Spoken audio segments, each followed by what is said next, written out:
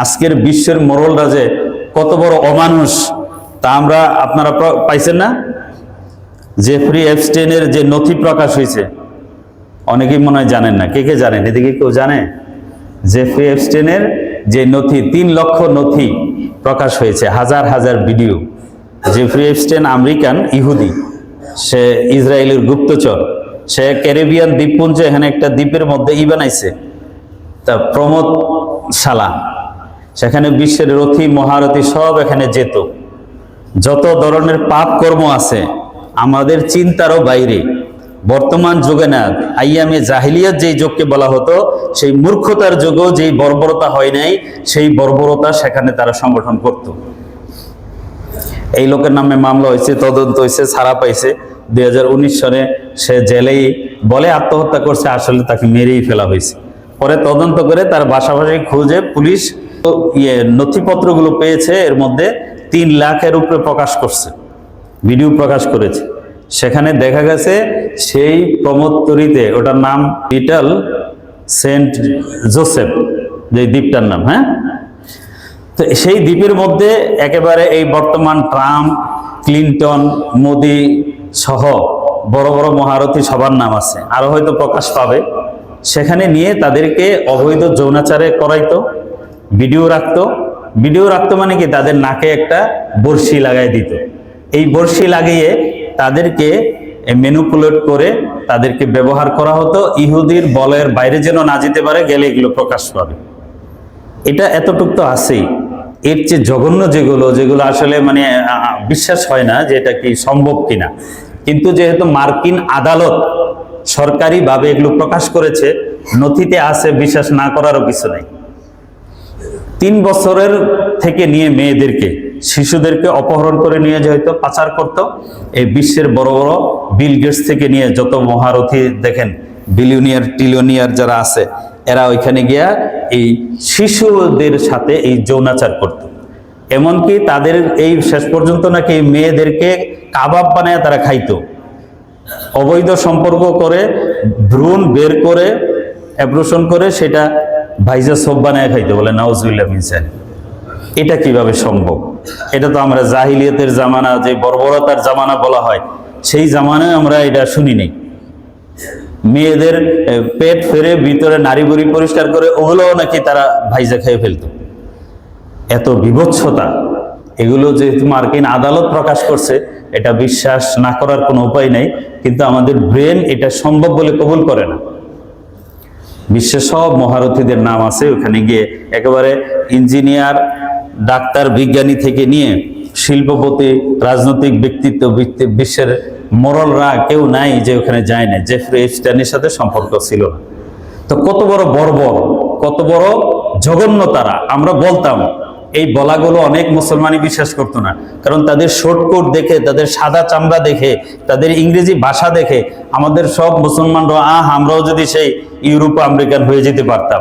তারা যে আসলে মানুষ না, তারা যে পশু, এই পশুত্বতার কথা আমরা বললেও অনেক মানুষ কবুল করতো না। কিন্তু আজকের বাস্তবতা এটা অস্বীকার করার কোনো উপায় নেই। বলেন ঠিক না বেটি? মানুষ একমাত্র মুসলমান, আর এগুলো মানুষের মধ্যেই পড়ে না। বলেন ঠিক না বেটি? কারণ মানুষ হওয়ার কোনো শিক্ষা তাদের মধ্যে নাই, মানুষ হওয়ার কোনো শিক্ষা তাদের মধ্যে নেই। আমরা বলতাম যে বৌদ্ধরা খুব ভালো, তারা জীব হত্যা মহাপাপ বিশ্বাস করে। কিন্তু বৌদ্ধরা যেই বর্বরতা এই মায়ানমারে চালাইছে, আরাকানের মুসলমানদের উপর চালাইছে, এরপরে বৌদ্ধরাও যে কত বড় হিংস্র প্রমাণ হয়ে গেছে। বলেন ঠিক না বেটি? ওই করে এই চায়নারা যেই নির্যাতন বছরকে বছর মুসলমানদের উপর চালাচ্ছে, তারাও যে কতটুকু মানবিক নাকি দানবিক মানুষ, মানবিক না দানবিক, সেটাও বিশ্বের সামনে প্রকাশিত। বলেন ঠিক না বেটি? গাজার এত মানুষকে নির্মম ভাবে তারা হত্যা করেছে, শিশুদেরকে হত্যা করেছে। পশ্চিমা কারো একটু যেন হৃদয় ঘামে না। আজও পর্যন্ত রাফা ক্রসিং একমাত্র বহির্বিশ্বের যোগাযোগের মাধ্যম, সেটা তারাও এখনো কন্ট্রোল করে রাখছে। তাহলে কিসের পিস কমিটি করলেন, শান্তি কমিটি করলেন, এর কোনো বলেন অর্থ আছে? এই বর্বরদের হৃদয় যে ঘামে না, এটা বোঝা গেছে এই জেফরি এপস্টেইনের এই নথি প্রকাশ হওয়ার পরে। যারা এত বর্বর, যারা শিশুদেরকে এইভাবে ধরে নিয়ে নির্যাতন করতে পারে, তাদের কাছে তো গাজার মুসলমান হত্যা আসলে কিছু মনে হবেই না। এটাই স্বাভাবিক। পৃথিবীতে মানবিক থাকলে একমাত্র মুসলমানেরাই আছে, এটা ইতিহাসও প্রমাণ, বর্তমান বিশ্ব প্রমাণ। বলেন ঠিক না ঠিক? কয়টা মুসলিম দেশে আছে বলেন অমুসলমান নির্যাতিত হয়? কিন্তু পাশের দেশ ভারতে দেখেন কিভাবে মুসলমানদেরকে দ্বিতীয় তৃতীয় শ্রেণীর নাগরিক বানিয়ে রাখছে। তারা আই লাভ মোহাম্মদ লিখছে এক জায়গায়, তাই না? তার বাড়িঘর শুদ্ধ ধ্বংস করে দিচ্ছে। আই লাভ মোদি বললে সমস্যা নাই, আই লাভ মোহাম্মদ এই কথা বলা যাবে না। অথচ তারা এই দেশের রাষ্ট্রের নাগরিক, তাদের রাষ্ট্রের সংবিধান সেকুলার সংবিধান, রাষ্ট্রের সংবিধানে লেখা আছে সমান অধিকার, কিন্তু কোথাও মুসলমানদেরকে সমান অধিকার দেওয়া হয় না। কিন্তু আমাদের দেশে হিন্দুরা, অমুসলমানরা যেই পরিমাণ শান্তি, নিরাপত্তা এবং অসাম্প্রদায়িকতার ভিতরে আছে, প্রশাসনে বিভিন্ন পোস্টে যেই পরিমাণ তাদের পদায়ন হয়েছে, ভারত কেন সারা দুনিয়ার কোনো জায়গায় এই সাম্প্রদায়িক সম্প্রীতির নজির দেখাতে পারবেন না। বলেন ঠিক না বেঠিক?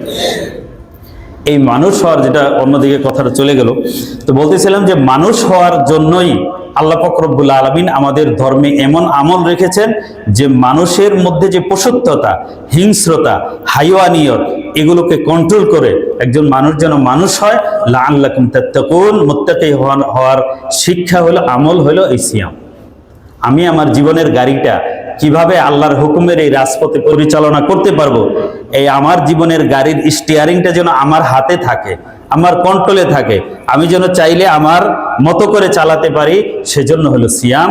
এটা হলো লাআল্লাকুম তাত্তাকুনের ব্যাখ্যা। কারণ মানুষ যদি সারাদিন খায় ঘুমায়, তার পশুত্বতাকেই যদি ডেভেলপ করে, এমন কাজ করবে যেটা তার ইচ্ছা ছিল না, করার পরে পস্তাবে, যা এটা কি করলাম।